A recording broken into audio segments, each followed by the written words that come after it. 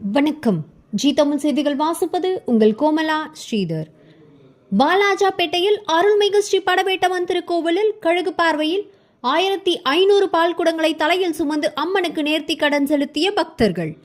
ராணிப்பேட்டை மாவட்டம் வாலாஜாபேட்டை சோளிங்கர் சாலையில் அமைந்துள்ள மிகவும் பழமை வாய்ந்த புகழ்பெற்ற திருத்தலமாக விளங்கும் அருள்மிகு ஸ்ரீ படவேட்டம்மன் திருக்கோவிலில் 45ஆம் ஆண்டு ஆடி மாத 4ஆம் வெள்ளிக்கிழமையை முன்னிட்டு பக்தர்கள் அம்மனுக்கு 1500 பால்குடம் எடுக்கும் ஆடி திருவிழா வெகு விமர்சையாக நடைபெற்றது.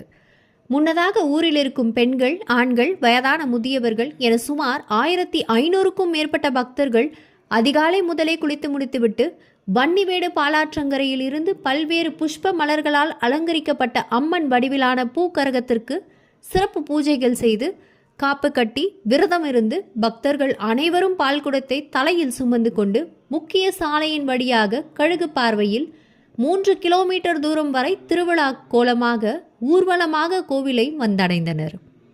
பின்னர் கருவறையில் உள்ள படவேட்டம்மனுக்கு காப்பு கட்டி விரதம் இருந்து பக்தர்கள் அனைவரும் பாலபிஷேகம் செய்து மகா தீபாராதனை காண்பித்தவாறு அம்மனை மனமுருகி ஓம் சக்தி என பக்தி கோஷங்களை வெளிப்படுத்தியவாறு வழிபட்டு சென்றனர்.